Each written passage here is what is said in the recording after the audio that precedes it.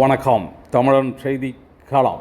மயிலாடுதுறையில் ஓடும் ரயிலில் இருந்து எதிர்பாராத விதமாக தவறி விழுந்த பயணியை துரிதமாக செயல்பட்டு காப்பாற்றும் காவலரின் சிசிடிவி காட்சி வெளியான நிலையில் பலரும் காவலருக்கு பாராட்டு தெரிவித்து வருகின்றனர்.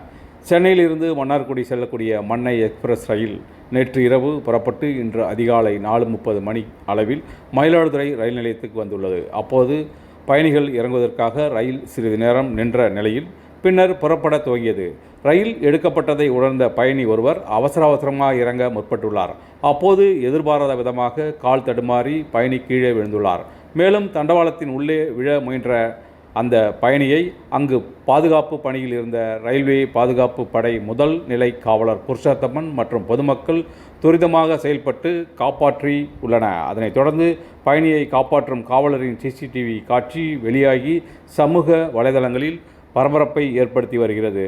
மேலும் காவலருக்கு பலரும் பாராட்டுகள் தெரிவித்து வருகின்றனர்.